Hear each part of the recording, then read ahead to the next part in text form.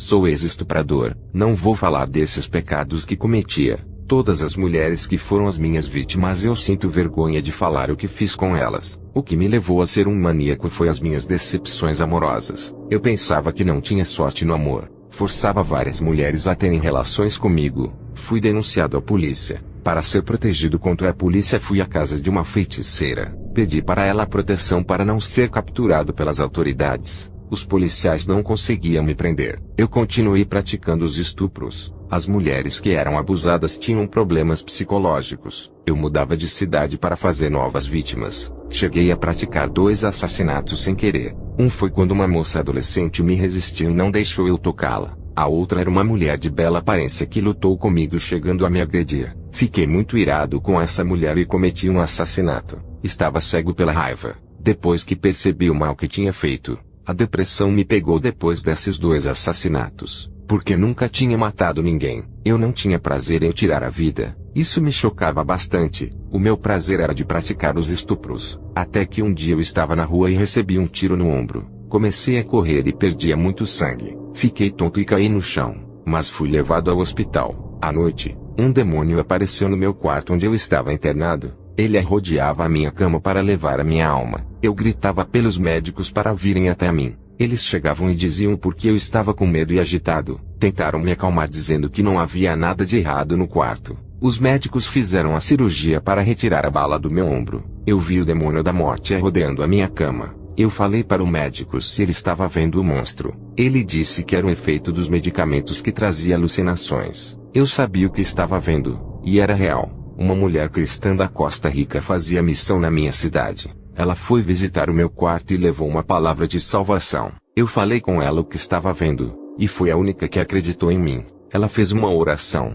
e Deus revelou para ela que o espírito da morte tinha vindo me buscar. Eu senti muito medo dessa confirmação. Ela disse que eu não tinha muita escolha. Entreguei a minha vida por medo de morrer e ser levado por aquele monstro de capuz preto. A missionária disse que agora que eu havia me convertido que era para confiar em Jesus. Ela disse que iria orar por mim todos os dias. O seu nome era Cássia. Eu me acalmei e fui dormir. Quando abri os meus olhos estava em um lugar estranho. Uma cidade sinistra cheia de casas e torturas. Ouvia gritos saindo de dentro das salas. Cada lugar tinha nomes que diziam feiticeiros, bêbados, adúlteros, idólatras, suicidas e outros pecados. Cada parte tinha um nome específico. E uma placa escrito o nome do pecado. E atrás de cada nome haviam grupos de pessoas cativas que não podiam sair. Eu entrei em um desses lugares e havia mutilação. Pessoas se mutilavam sem parar. E monstros que também mutilavam pessoas. Mulheres que pintavam as unhas dos pés e das mãos tinham os seus dedos cortados por uma serra elétrica. Elas gritavam de dor e desespero.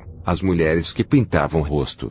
Aqueles monstros jogavam ácido que deformavam as suas faces. As que faziam as sobrancelhas e pintavam os olhos. Os monstros pegavam seus olhos arrancando eles para fora. Dava para ver somente buracos no lugar dos olhos. Outros monstros tiravam os lábios das mulheres com uma faca. Todas essas mulheres adoravam passar batom e maquiagem. Mulheres que pintavam seus cabelos ficavam carecas. Os monstros arrancavam todo o couro cabeludo dessas mulheres. Eu perguntei para um daqueles monstros que lugar era aquele. O monstro disse que era o inferno. Quando ele disse isso percebi que os monstros eram demônios. E sabia que eu havia morrido. Eu pensei que era um lugar estranho. Mas quando descobri que era o inferno passei a ter certeza de que havia morrido. Fui a um lugar onde tem pessoas prostitutas. Naquele lugar havia 3 tipos de prostitutas. As dos filmes pornográficos, as que trabalhavam em casas noturnas, e as que não cobravam dinheiro e nem eram prostitutas profissionais. Essas pessoas eram pessoas normais que praticaram sexo antes do casamento.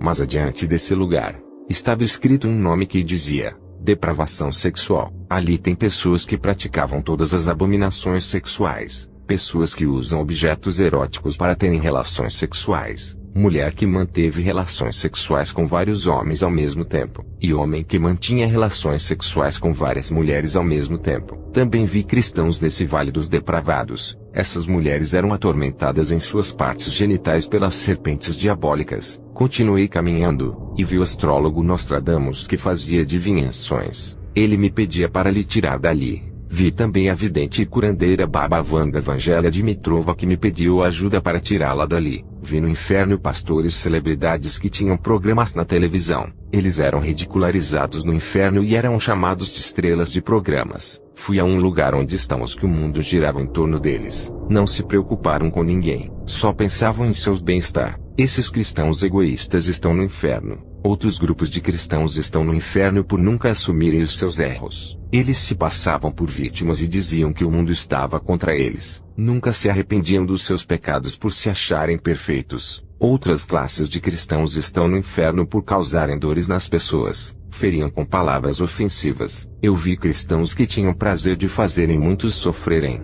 e ainda se sentiam bem por fazerem isso. Eu vi cristãos no inferno que se entristeciam com a felicidade dos outros. Ver alguém feliz os incomodava. Seus corações eram maus. Eu estava em pânico e queria fugir daquele lugar. Queria achar uma porta de saída para a terra. Os demônios não me tocaram por causa da oração da missionária que intercedia por mim na terra. Eu continuei caminhando, até que cheguei perto da moça adolescente que tinha matado. Ela olhou para mim com muito ódio e disse: "Por sua culpa estou nesse lugar. Eu tinha sonhos de fazer uma faculdade e me casar. Você destruiu a minha vida para sempre." Um demônio trouxe outra mulher de bela aparência que eu havia matado. Ela também olhou para mim com muito ódio e disse: "Eu tinha um noivo e estava feliz. Você acabou com meus sonhos. Eu era a filha única, e os meus pais estão sofrendo por sua causa. Eles me amam. Não tive tempo de entregar a minha vida a Jesus. Por sua causa vou ficar nesse lugar eternamente." Aquilo despedaçou meu coração. Eu pensava que essas duas jovens que havia matado tinham deixado de existir. Nunca pensei que além de tirar as suas vidas elas estivessem no inferno sofrendo. Depois uma grande tela de televisão apareceu na minha frente. Naquela grande tela, vi o principado de todos os esportes dos Jogos Olímpicos. A Olimpíada é um evento tão importante com adoração a esse principado quando acende as tochas olímpicas. Eles fazem rituais e oferendas olímpicas para esse demônio. De repente eu vi filmes, novelas, desenhos, jornais e seriados começarem a passar em uma televisão ao mesmo tempo. Tudo o que era passado na televisão do inferno passava na televisão da terra. Uma força me tirou do inferno e me levou até o hospital. Acordei, e os médicos disseram que eu estava fraco por ter perdido muito sangue com a cirurgia, e tive uma parada cardíaca que me deixou sem vida por algum tempo. A missionária foi me visitar. Ela orou e fez jejum para eu não morrer. Ela disse que o Espírito Santo revelou a ela que eu estava no inferno, por isso que não parou de orar pela minha vida. O diabo não queria que eu falasse da minha experiência. Quando me recuperei daquele tiro, fui preso e condenado pelos estupros. A missionária orou a Deus e disse que eu seria o futuro esposo dela. Ela estava esperando eu sair do hospital para fazermos a obra juntos. Satanás tentou paralisar a obra de Deus na minha vida. Deus havia perdoado os meus pecados, mas estava em débito com a justiça da terra. Eu era procurado pela polícia e tinha que pagar pelos meus pecados. Eu estava preso, mas a minha boca não parava de pregar o evangelho no presídio. Um lugar difícil de evangelizar porque ninguém quer ir para lá. São poucos que fazem esse trabalho. Eu fui levantado como atalaia de Deus dentro daquele presídio para levar o evangelho. Deus permitiu a minha prisão para ganhar aquelas almas esquecidas pela igreja. Me lembrei do apóstolo Paulo que pregava quando estava preso. Preguei o evangelho e ganhei muitas almas no presídio. Eu sabia da necessidade de pregadores que não tinha naquele lugar, e formei vários grupos de evangelismo lá dentro. Pequenas comunidades nasciam dentro de cada cela e andares do presídio. Eu fundei uma igreja ali dentro, porque sabia que ficaria muito tempo preso. Pensei que morreria sem ver a liberdade. Uma coisa eu tinha certeza: se morresse estaria no céu, livre daquela prisão. Um demônio apareceu para mim dentro da cela, e me ameaçou dizendo que se eu não parasse de pregar o evangelho nunca sairia dali, e ainda afirmou que eu iria morrer assassinado por um preso da minha cela que ele iria possuir. Fiquei 15 anos preso. Nesse período, eu recebi a visita da missionária e da igreja. Fui solto, e abri uma igreja para fazer a obra. Me casei com a missionária e estamos juntos fazendo a missão como Paulo e Silas faziam. Fui convidado para ministrar em uma grande igreja. O Espírito Santo disse: "Servo, muitas pessoas vêm para esse lugar por causa das necessidades materiais e físicas. Pessoas doentes, desempregadas e cheias de dívidas. Eles estão à procura de milagres e soluções para suas vidas temporárias. Ninguém está buscando a salvação de suas almas. Não querem buscar aquilo que não perece e é incorruptível. Os pobres vão para a igreja por causa do sofrimento financeiro, e os que têm muitos bens materiais vão por causa de suas vidas infelizes e deprimidas. Ninguém vem ao meu encontro nesse lugar para entregarem as suas vidas e nascerem de novo. O conforto desse mundo tem afastado o povo de Deus e tirado da minha presença. Todos os que ouvem esse testemunho, o que vocês têm feito com o tempo de vocês? Há tempo para trabalhar, passear, viajar, ouvir músicas, fazer cursos, faculdades e ir à escola. Mas não há tempo para orar, louvar e ler a palavra de Deus. Não é só na igreja que devemos orar a Deus. A nossa casa é para ser um lugar de adoração e intimidade com Deus. Os cristãos desse século não conseguem tirar um tempo para Jesus. Aquele pequeno tempo de 2 horas que poderia ser cedido a Jesus, é sempre substituído por outras coisas sem nenhuma importância. Jesus nunca se afastou da igreja, mas a noiva tem se afastado dele. Apesar da igreja romper a aliança, Jesus está disposto a perdoar, aceitá-los de novo e purificar os seus pecados. O Espírito Santo tem se afastado daqueles que romperam a aliança da santidade com Jesus. Satanás tem se aproveitado disso e está causando desordem no meio do povo de Deus. Os demônios estão operando no meio da igreja por causa da quebra da aliança.